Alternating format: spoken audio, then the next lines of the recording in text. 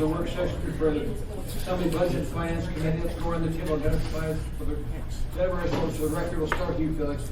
Felix Rivera. Suzanne France. Steve Peterson. John Weddleton. Forrest Dunbar. Lance Wilbur, OMB. Dan Moore, Treasurer.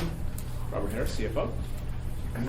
Al Tamani, Budget Advisory Commission Chair. He's now the chairman. Third. Barbara Jones, Municipal Clerk. Alternating. I'll tell you his history later. Is anybody on the line with us? Really, nobody is. Okay, Mr. Harris, you're first, sir. Thank you. Just before I turn it over to Lance, the city is in a good financial condition right now. Okay, you took those checks we got Tuesday and put them in the bank? I actually gave them to the people that put them in the bank. Yes, sir. Okay, and, good. and we're delighted to receive those. The contribution from the Universalist Church, Unitarian Universalist Church, for $2,850 as a voluntary payment in lieu of taxes, as well as a $10,000 grant from the Anchor Skates Club, are important and meaningful contributions to the health and welfare of our city. We appreciate it very much. Thank you. Any questions for Mr.? Okay. Lance, we'll turn it over to you, sir. If I could, Tell us maybe. about Airbnb. We want to know how much money we're making. How How much money we're making. A lot more money than we thought. Airbnb. Sure. So do you want me to talk revenues Yeah. first? Okay, if it's okay, I'll talk about revenues Go first, ahead. which includes Airbnb. And so I'll come back to Airbnb in just a minute. Okay. So overall for the city, just so you know where we are in the cycle, Treasury works throughout the year trying to evaluate revenues to see how much revenue has been received and posted and how much revenue we think will still come in for the rest of the year.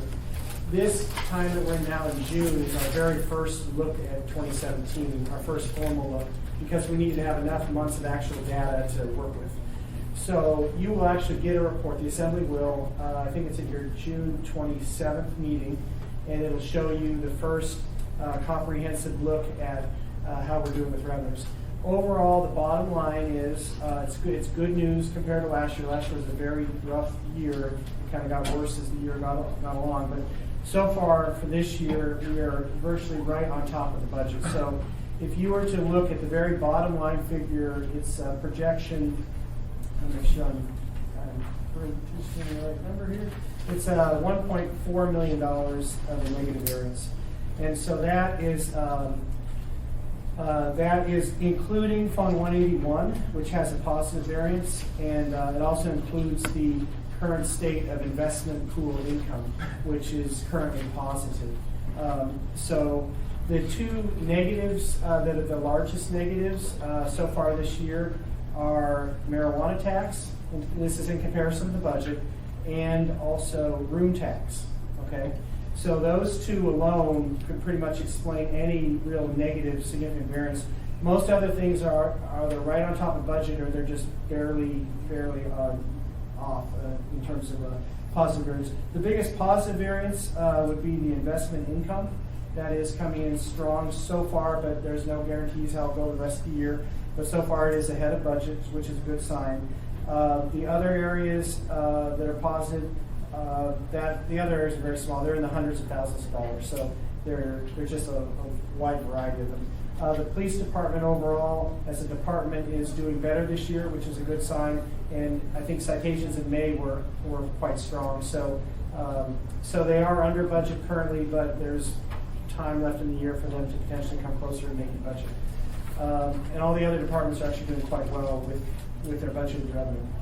There was one major change with DUI impoundment, where there's been some fundamental rule changes that do not allow the city to impound vehicles like we used to. So that is a fundamental change in what you can expect from the budget, and in the future budgets that will need to come down. And that was about a $377,000 hit. But everywhere else, the departments are doing a good job knowing what their budget revenues are likely going to end up, and just managing their operations really well. So that's the overall picture for revenues. You'll get the formal report in writing in, I guess, the 27th of June at that meeting. And I can't comment, if you want now, on marijuana and Airbnb, or I can. I would appreciate it, and I'm gonna go to, Okay. I've got some members' questions. Okay, sure. Do So Airbnb and marijuana. Okay, Airbnb. Okay, so you probably all read a recent article in the paper that talked about Airbnb and how the industry is doing. What we emphasized to the person we talked to from the Alaska Dispatch was we actually can't give you in any open session the actual specific number for Airbnb. I can tell you that the summary of economic effects assumed there's going to be about $200,000 of a bump from Airbnb, and I can tell you that it's at least twice that much is what we would expect for this year, okay? But so I told the reporter it's in the hundreds of thousands of dollars, but that's all. There was some reference in there about $1 million. That was actually the reporters planting the poll. I didn't suggest the $1 million, so just so you know, not to expect $1 million. The other thing is, there is it's really important to think not just about Airbnb. Let's just say, hypothetically, they had $1 million of gross rentals, okay? Or I should say gross room tax revenue coming to us. That's fine. That might be a number that we eventually achieve, okay? However, you have to look at what happens in the other areas of the market. What we've seen over the last couple of years is the pricing for hotels overall has been going down. There's a lot of competition. That's why our budget room revenue we're off by hundreds of thousands of dollars. So Airbnb is having a real effect in providing a broader array of rooms at a lower price, and that's causing the bigger established hotels to start being more competitive with their pricing, which means our overall room revenue is, it's hypothetical, let's say Airbnb was $1 million. Our overall room revenue might be a net of $500,000 because you may gain with Airbnb, but you're losing with the others in terms of pricing. So it's in the hundreds of thousands of dollars is what I would what I would estimate is the net impact of Airbnb so far. And we have reached out to like VRBO. They don't like to voluntarily comply like Airbnb. We're working with our law department to try to further increase or encourage them to work with us, but there's not a lot of evidence around the country that VRBO, Zone by Expedia, that they're actually into the model of working with governments to collect the tax. They expect the individual property owners to collect the tax and remit individually. And so that's unfortunate because Airbnb is a terrific model. It's been very good for us in a lot of communities around the country. So they started August 1st of last year, and we've seen, I guess, 9 months worth of activity, and it's coming in at least twice as strong as we thought. So that's good news. And when we did initially, we were concerned that it would nothing would ever happen with it. Yeah. And it's proven to be different. It's more than we expected, and it's really good that we're in the position we are. Okay, going to marijuana, then I'll open up for some Okay, questions. so on marijuana, let's see. For marijuana, there were 2 areas of our revenue budget where it has the most negative, current status. One was room tax, which we just talked about. That's in the big picture of room tax. The other is in marijuana, and in marijuana, our budget originally the range of marijuana revenue estimate was about $1 to $3 million. That was say mid last year.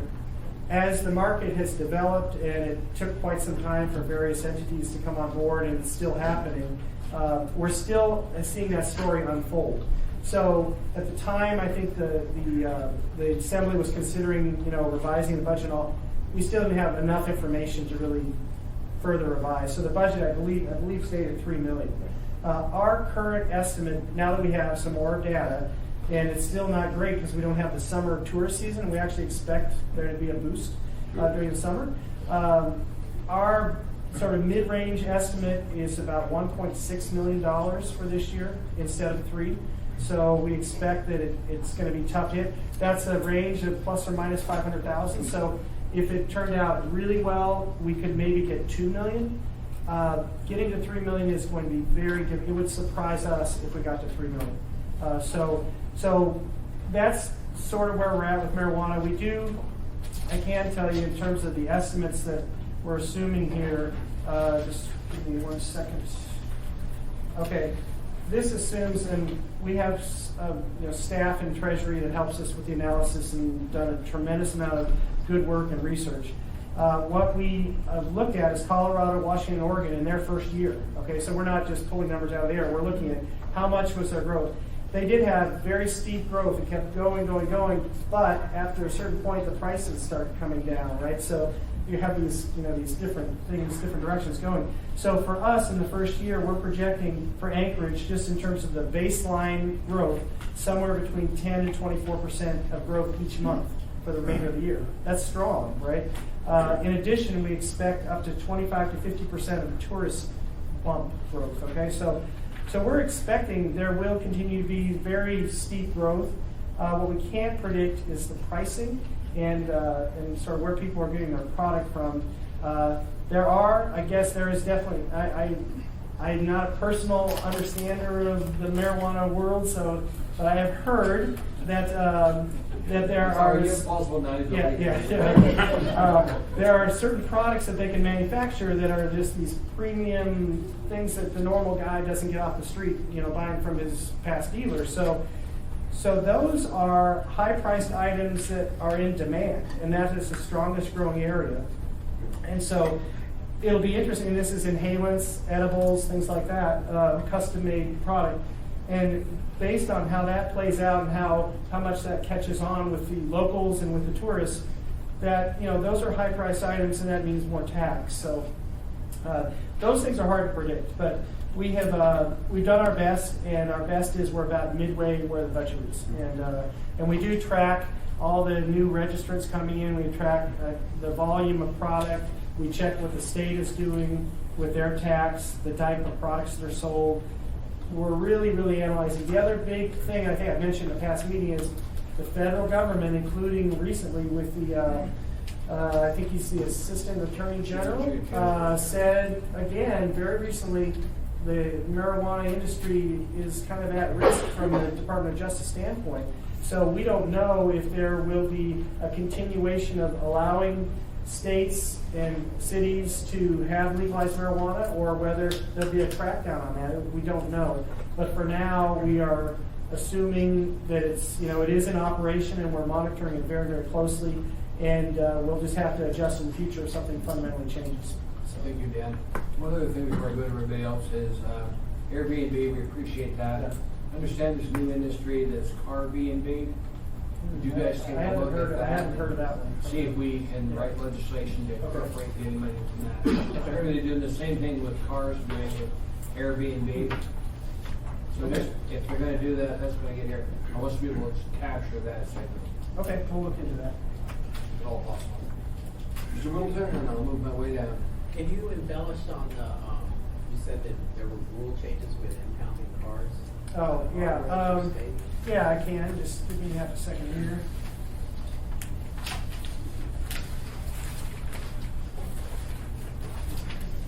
Hang on.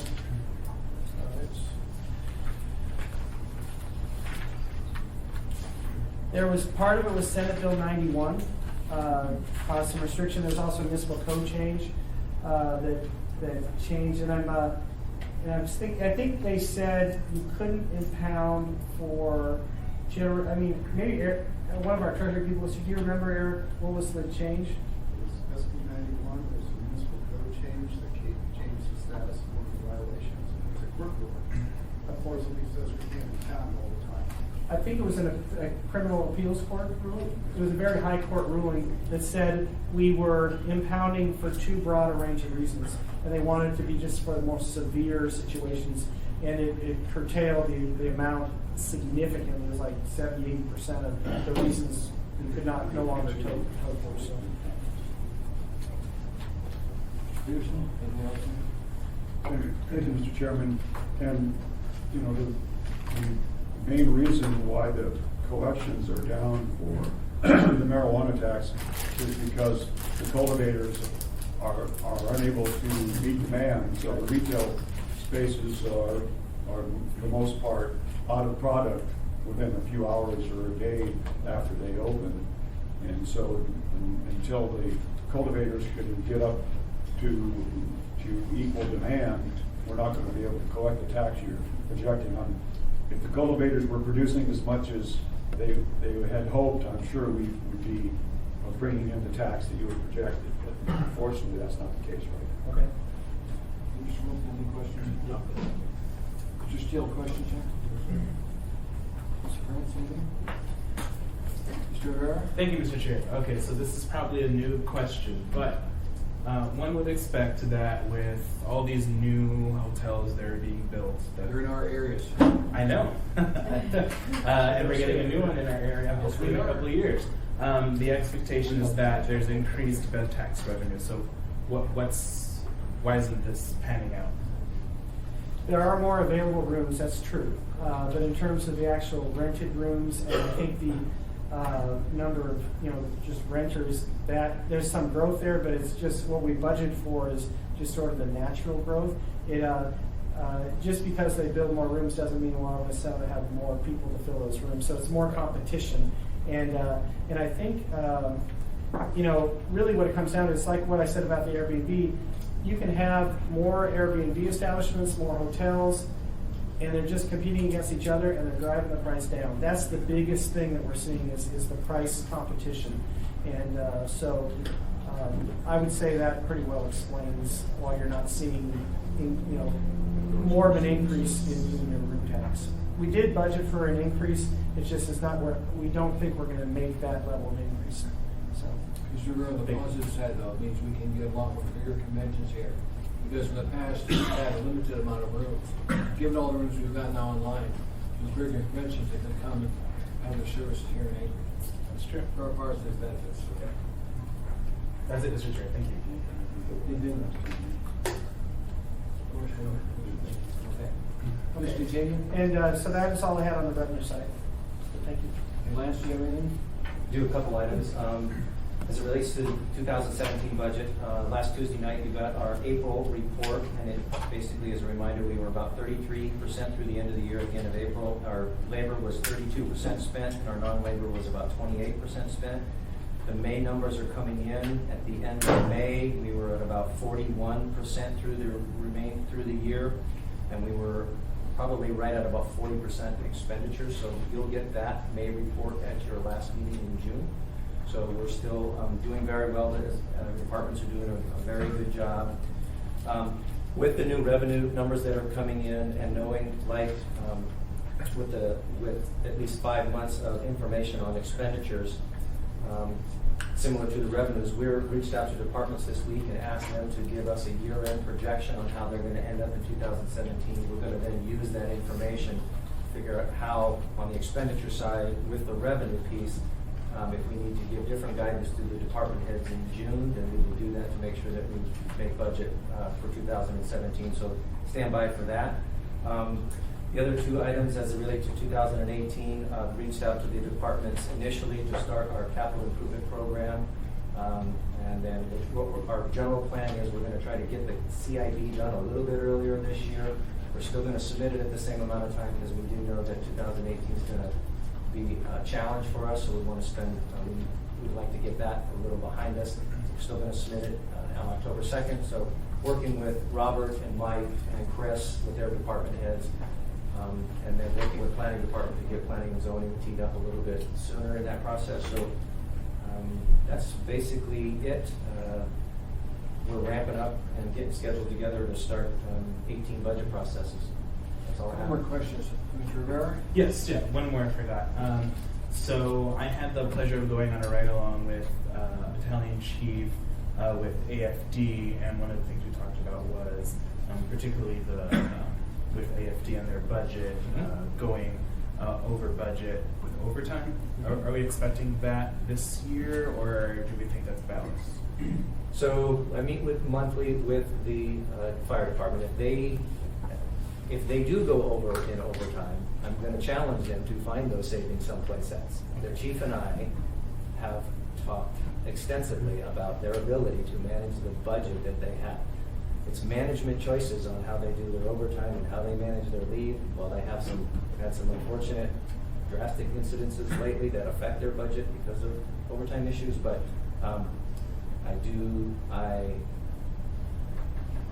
we're challenging them pretty hard, Mr. Rivera, to make sure that they stay within the budget they have. I know that the chief will be visiting with me if he does have any challenges, because if he does, we need to know soon, not in October.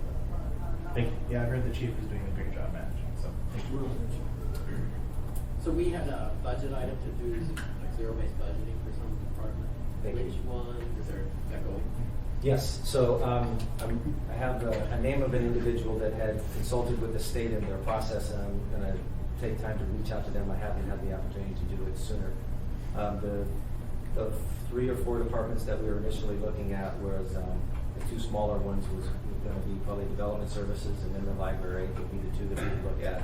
And then the larger side is going to be AFD and possibly IT, depending on their availability to help us with some detailed stuff. And then we have some others in next year. We'll probably spend most of our contractual services on the larger departments and less on the little ones. But Rose has already reached out to me to make sure that when we start that process that she is engaged. And I've had members of the Budget Advisory Commission also reach out to me to make sure that they're part of that. So I'll give you an update as we progress. Any questions from any members? We'll move on. Mr. Harris, before I get to Mr. Swain, we've got that big development going in Midtown. Part of that is it's been submitted to you for some sort of tax break. Yes, sir. Do you need any information from us on it, or what's your time frame? Because I want to make sure that project goes ahead. I think, Mr. Chair, they have submitted a application for a tax abatement. I'm in the process of bringing along a consultant, as we did with prior tax abatement applications, to analyze and make sure that we have a solid economic analysis. I don't believe that's going to stop them from their current path right now of negotiating and working on a development agreement. That goes, I think the 2 of those things will go along concurrently. So by Anchorage Code, I have 90 days after the consultant prepares their report.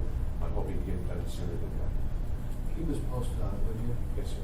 Because when I look at what we've got coming to Anchorage, it's one of the largest projects we've seen in this town in a long time. Yes. Mr. Temengi, Yes, sir. you're on the Thank- agenda, sir. This is the head of our Budget Advisory Commission. I think I just wanted to briefly Yes, sir. clarify. I feel like that project is in southern East Anchorage.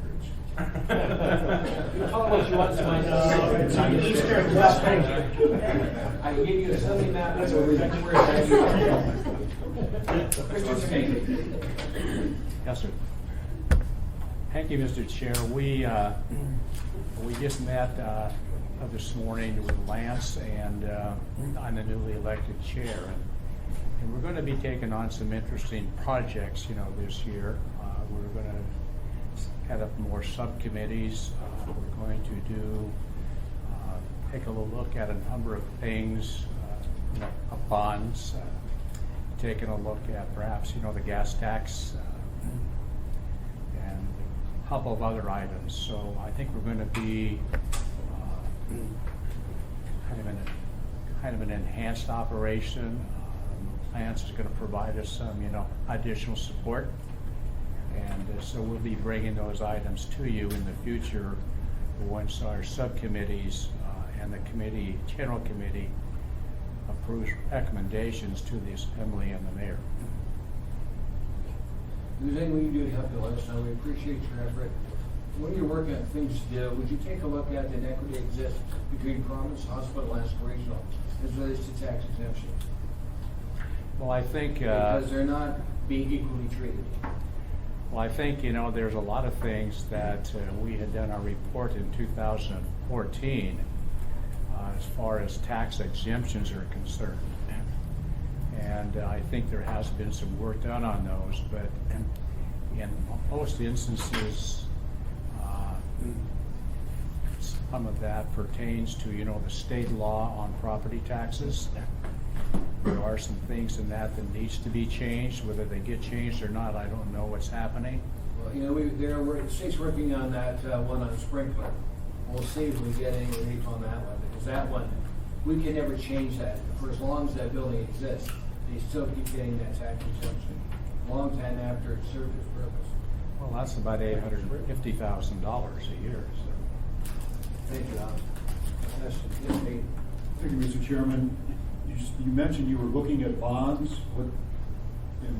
What are you looking into that might potentially save us some money? Well, I think that we haven't appointed the committee to work on that yet, but the general aspect is to take a look at all of the outstanding bond indebtedness of the school district, the municipality of Anchorage, and all of us, area elements. And we're going to be breaking that down into, and we'll probably have that probably sometime in August or September. We're going to be breaking that out, principal, interest, total amount of indebtedness, all these things. And once we get that done and approved, that will be, submitted to you. Of course, it's I think it'll be something that will be interesting, to have a look at. Okay, thank you. Lance? I just wanted to mention to the Assembly Budget Finance Committee that it appears that the legislature will approve in their legislation the sprinkler exemptions. So I think that the work that the BAC did and the support that the Assembly provided, that exemption will then be released in this session. I mean, that takes one, we've got a lot of whippers out there, though. We do. I remember when the state exempted the Alaska Swine Institute, I think we're getting about $1 million a year taxation on that, and they decided it was an educational institution. So they took it right off our tax rolls. So there's some of those things that the state did that put us upside down. But thank you. Yes, Al? I think that when you work on these tax exemptions, an aspect might be is that that perhaps take a look at maybe not all tax exemptions, at least include or exclude the taxes for police and fire. They do use those services, and that might be something to consider on issuing, your tax exemptions. Funny you should bring that up. We had a Sunday meeting Tuesday. We had Universalist Church come in and gave us their payment in lieu of taxes. They figured out, they computed what they get for police and fire and other things, and they bring us a voluntary check every year since I've been on the assembly, which is quite a few years. And it's always nice to have them come in. I wish the other churches would line up and give us their donations too. Payment in lieu of taxes are good.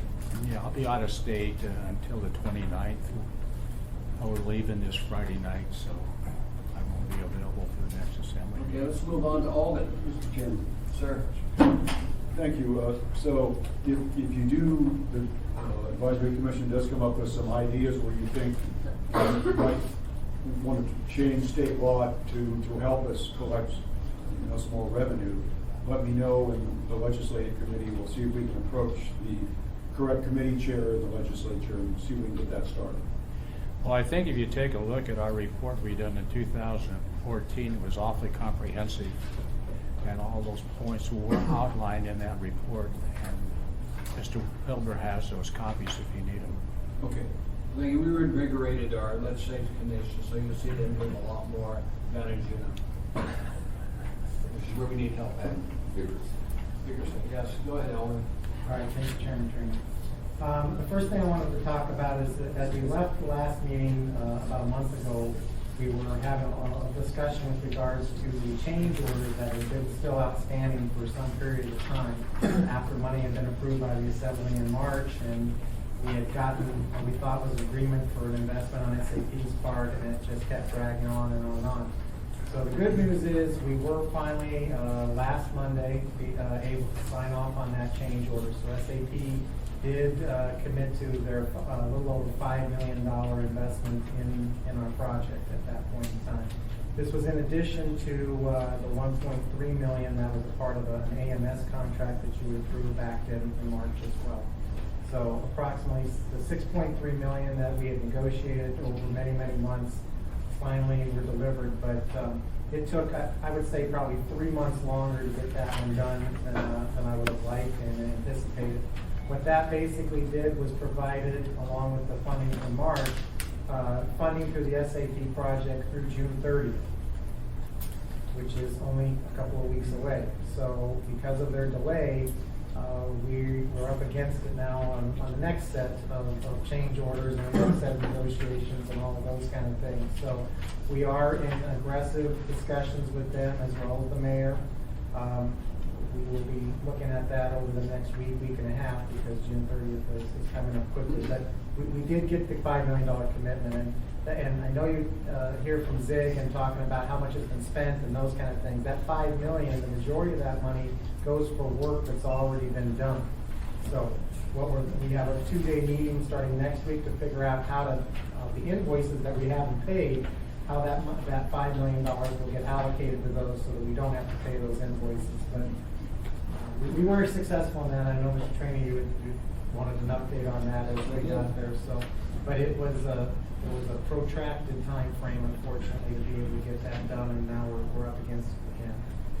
So, from a project standpoint, I provided the daily metrics as I always do, because I want you always to see what I see on a daily basis, and when we see it once a month. Once again, on page 2, which is our data slide, as you've been aware for many, many months now, data has been one of our struggled areas due to the number of municipal staffings that we have and what we're asking you to do. We're in pretty good percentage right now. We're actually loading transactional data starting today. It's probably going to take about 2 weeks. Unfortunately, that's going to be 4 to 5 weeks later than when we were supposed to. We're actually supposed to be in SIP 3 right now, and which is our last full round of testing, and it's probably going to be the week of July 3rd when we start that. So we've made good progress, but we're behind again with regards to data. So that's the bad news. The good news is, and I'll get to that in a couple slides, we have been able to, we finished up our System Integration Testing 2, SIT 2 as we refer to it, several weeks ago. But we've been able to continue testing and also fixing the problems that we discovered during that time period. And if we would have gone right into SIT 3, we would have been not only starting testing, but also fixing what we had discovered in the prior round.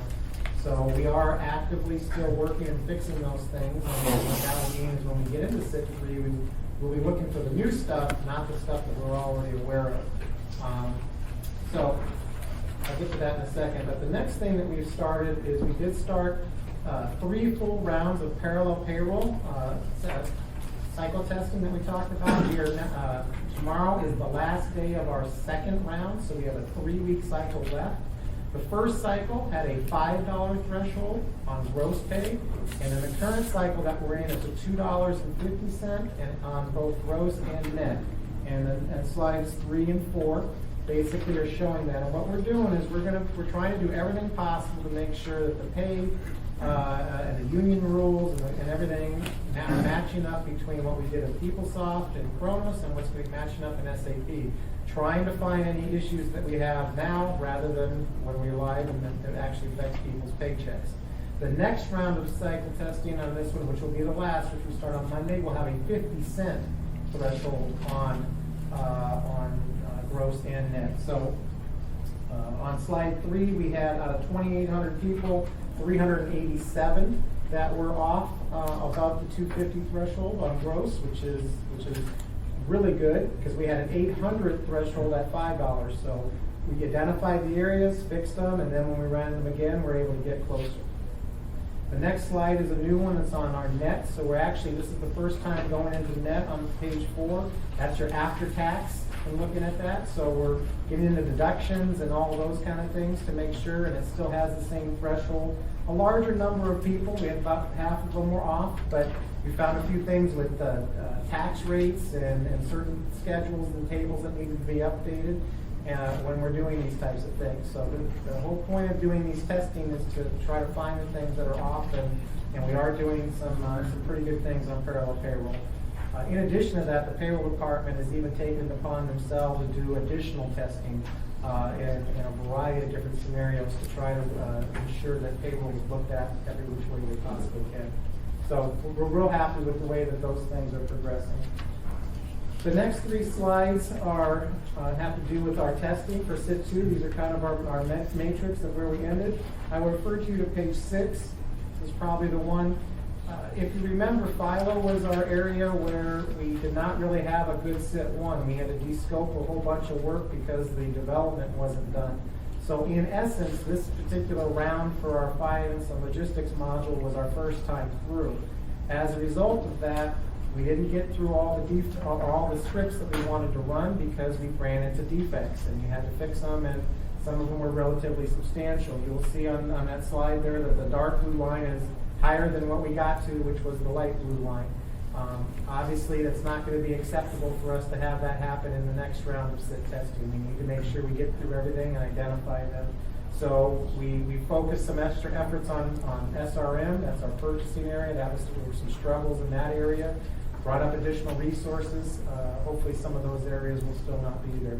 With that being said, this is our area that we struggle with as being a little bit behind and of the overall project. So we did ask Glenda from the CFO for AMOOC to come in and assist us in the SIT3 testing for Philo specifically. She has specific requests and requirements that either did not get tested in SIT2, plus she has the additional requirement for FERC, which is pretty important for our system to be able to deliver. So she's been gracious enough to help out and target what our efforts are and work with us in some of the areas that we didn't quite make progress on in the second round. So those are some things that we're trying to do.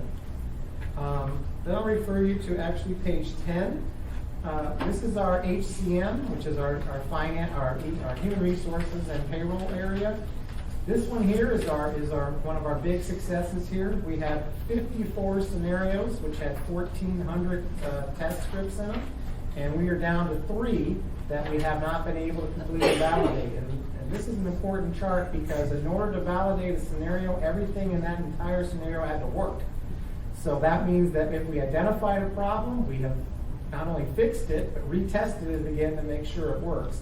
So we actually have a pretty good shot of actually accomplishing every single scenario and test script in our HCM area. This is the second time through for them. They had a pretty full SIT1, so that's what you would expect to see is a lot closer to the full system being implemented and in process. So we have a real good shot on being able to do that one. The next few pages are just our pages, as I mentioned, there's a variety of defects, and we're continually working them and identifying them and fixing them, and they're either related in a variety of functional areas and or they're related to whether they're the consultants or whether they're the muni staff. So it's just kind of our breakdown to be able to do that. As I mentioned, we've been able to really focus our efforts over the last few weeks on dealing with these rather than deferring them into SIT3 and having to fix them at that particular point in time. The rest of the tables are at the very end are just additional things that we're looking at. I know Zig mentions CAFR and having it potentially be deferred. The very last page is now a thing that's going to be, we're looking at CAFR reports and how well those are moving forward. We are behind, but they're not a critical item because we don't need those reports until a year from now. So, but we want to make sure, since they were in our scope and our responsibility of SAP, that we're monitoring and they're making some progress on them as well. So we are progressing forward. We are going to be doing everything humanly possible to still look at getting our October date. We're currently revising our plan because of our data delay and the delay of SIT3, and working with SAP to come up with what tasks we can get done between now and that time period to be able to take the system live with as much functionality as we have at that particular point in time. So you're still on target for October? Still, we're doing everything we possibly can to be able to do that with the funding that we have through June 30. Barbara, when do we have the work session on those items of purchasing codes we need to change to make sure that's done? That is scheduled on June 29th following the regular Z-code work session. It's important the semi members are there because there's some code things we need to change. And what I don't want to have is a problem exists where somebody has taken action on some code changes we need to do before they can be implemented. So that's the reason we have a work session on it. Yes, Mr. Curtis, some questions? Thank you, Mr. Chairman. So I was just wondering, how are we doing on personnel? Have we filled positions that were needed to be filled? On the consulting side, Mr. Peterson, or on the muni side? Which one? Well, how about both then? Well, on the muni side, as you're aware, we have limited staff and limited knowledgeable staff, and we struggle to ask them to do as much work as we need them to do. We actually in May had our largest municipal labor, we have money budgeted for municipal labor. It was our largest month that I can remember. And that's because we had people doing testing and data and doing their course development for trainings all at the same time. And plus many of them doing their regular jobs. So we will always struggle in that area. I don't think we could ever have enough muni staff to be able to do that. On the consulting side, we are starting to experience some people that have been removed by SAPs, as well as some people that are getting near the end of their project and either going to retire in some cases, or have found other jobs and are rolling off. So I have been doing as many little one-off deals to keep people on part-time and find other replacements and so forth. We are aggressively looking, this July through a September timeframe. We don't have funding for, so we're aggressively looking at the consulting staff that are nice to have, rolling them off as well, because we want to be able to keep the core consultants that we need and also keep our potential cost as low as possible. The other decision that we have to also play on that front end is that when we go live, we would like those consultants to be around for at least a month of our post-go live support to address any issues that come up. So we're struggling with ones that are rolling off, and we want to keep them for a period of time as well. But we've had more personnel changes on the consulting side over the last month than the entire project time period that I have been here. Although I was told by SAP that up to that point we were pretty rare, and most projects experience a lot more turnover than what we've had. But recently we've got a substantial amount. We're doing our best to be able to mitigate that as much as possible. So if I could follow up for just a minute. We're in the summer season. Have you looked at maybe recruiting some college people that are on summer break that are majoring in computer science or something, internships, anything like that? It's from a muni type side, that I would probably refer that to the individual departments, and I think it's a great idea. On the consulting side, the level of knowledge and what the level that they're working on takes years and years of experience to be able to do that. And I'll even go back. I mean, since I was here a little less than 2 years ago, every single consultant on this project has changed over, and some of them have changed over 9 times. So trying to find somebody who at a college who has an experience, that we're looking nationally just to find people that have the skill set we need to be able to do it. Just thought I'd throw it out there. Other questions from the Ms. LaFrance? Yes. Thank you, Mr. Chair. It appears that the sit tests are going mostly well. And what would you say at this point is the biggest potential obstacle, risk factor that could jeopardize the go live date? Okay, they always call it the long tent pole, I guess is what they refer to, has always been data. That's been our thing. The way that the project plan was currently designed, if we had a perfect world, is we would finish our Mach 3, which we're a couple of weeks away from right now. We were going to do a Mach 4 for a month, which would have gotten our data currently is as of March. We were going to try to get our data current as of, let's say, June, just to mitigate those changes. The next part of it is what's called performance testing, and that's when remember the system is in California on a bunch of servers down there. So performance testing is where you go into the production environment and you run all your interface. That's where the environment's going to live. So we're in test now. We want to get out of test and get into production. So it's pretty important to get into the production environment, make sure everything's working, and also performance part of that is if we have large transactions, how fast does the system process that? If it takes 20 minutes when you hit return to come back to here, that's probably not a good idea. Then we were going to get right into cutover, which is actually moving all of our data from our current system into the production so that we could go live.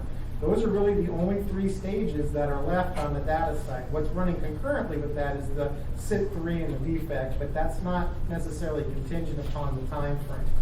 We're working with SAP right now because of our 1-month delay in getting ready for SIT3, and we will probably have to substantially reduce Mach 4 and performance testing because we don't have enough time period left between now. And the system really goes live September 11th because we have to start gathering time for employee time for pay, even though the rest of the system goes live on October 2nd. So that's what we're shooting for.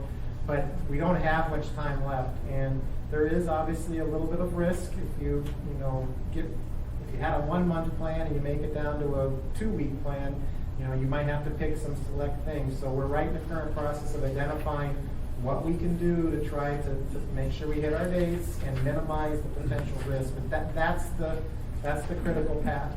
And I will say on the system readability portion, HCM, the HR and the payroll, I'm very confident that by the time we get ready to hit our dates, we're going to be ready on that.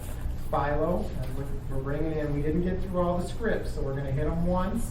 Here in SIT 3, we've got a few other things that we need to do. There's a chance that some of the stuff is not going to have been looked at 3 times like we would have preferred. And there's a potential that we're going to have some fixes either right before or right after go live, which is why it's really important to try to keep those consultants available to be able to fix them. But we'll have some issues most likely. But the one issue I don't want to have happen, and I'm doing everything possible, is not pay people correctly. That's the one I'm really focusing on. And we might have a few finance things. We can always hopefully do a journal entry here and there to fix something. But those would be the critical paths that we're looking at. Any other questions from any members? Yes, Mr. Steele. Have you got a fallback plan? I mean, when everything turns to poop and you don't have the expertise of a specialist to do it, and or run out of money and all that kind of stuff, are there contingencies built into that? We've looked at a variety of scenarios, but there's challenges, I would probably say, with each one of those. If for some reason the October date were to slip, some of the system is going to be ready, and we won't be able to carry those consultants for months and months with no work to be able to do. So we would have to roll them off, and we would obviously have some risk later on of not having an experienced consultant. There are plenty of consultants in the country that do every single function that we need. There's whole companies that do that. Knowing municipality of Anchorage, setting it up and so forth, that's the experience level that we unfortunately lose. But we could certainly get the help and assistance of a variety of people after go live if we lost them. They would be unfamiliar with necessarily our system, although they would know SAP. And is there training taking place of our people? That's another good point. Thank you for bringing up, Mr. Steele. I should have made an update on that. Our OCM team training, as Zig says, is behind. We currently have been looking at what courses we can get developed and how we can do that. I'm looking at staffing up some additional developers for a couple months here in July and August to kind of help out on that and be able to do that. We are, no matter what, going forward with training 2.5 months in advance of that October date. So we're going to, if I have to retrain them or we have to pick them up again because there's a period of time, we'll worry about that. But we are going to go with the belief that we're going to be ready at that time period, and as such, we're going to begin the appropriate trainings. And the ones that are applicable to all municipal employees are how to use the system for pay and vacation and that. So I think around the middle of July, we're going to start training on our courses municipality-wide. So we are like taking off training wheels. It's a fearful thing if you don't know if you're going to be able to balance it or not. And so those are moving forward, and we're going to try to get some additional help in that area to finish up what they were hoping to have done by the October date. And if you need any petty cash, just talk to Dick. John? So on these last couple pages, you have a list of projects and assigned names. Is this all that people are working on? Can you give me a page number? 13 and 15. Column assigned to names. Is this all your people? Okay, so these are the remaining defects that were in SIT 2 or that have been found since SIT 2 ended, because we've had several weeks now. The first page there on page 13 is the defects that are in the particular areas that the SAP consultants are working on. Those are all SAP ones that they're trying to fix. And it gives, so we're down to 33 defects, and they show the different level of severity, where they are in their status, and all of that. And the next page are the defects that are assigned currently to the municipal staff to be able to go in and review. When you see the word retest, what that means is if there was a defect, somebody's fixed it, and now they want a municipal employee or a consultant to go back in and redo it again and see if they fixed what the problem was. So are these on the SAP resources, are these people listening, sort of calling those SAP? Those are the consultants for SAP, Peloton, and so forth. And then this MOA resources that, Those are municipal uni employees? staff, That's ours, so, Eric Johnson works for Glendon. so these are the people over in the yellow building? Well, the consultants are in the yellow building, and the AWU and MLP and MOA people spend some time over there, but they would be located in their current buildings. But when they're testing or retesting, they come over, we have a lab set up over there, and Glenda staff and MLP and MOA staff go over there. They have computers, and they would be working on retesting and doing these particular defects. Thanks. Anything else, Joe? Alderman, where is the server backed up to? I know it's in California. And the veteran terrorism, they have it backed up to a separate site? They do, and it's either in Illinois or Virginia. I just want to make sure they've got double redundancy backed up. They do have a, but I can't remember which state it's in, but they do have a backup to a backup. They do back them up there on a daily basis, but like in case of a nuclear attack, they have it backed up in another state as well. Unless that state does. Any questions, assembly members? If not, this work session is over with, the next one will start at 1 o'clock. Alderman, by the way, we kept today on until 31 October, so have your project done by then.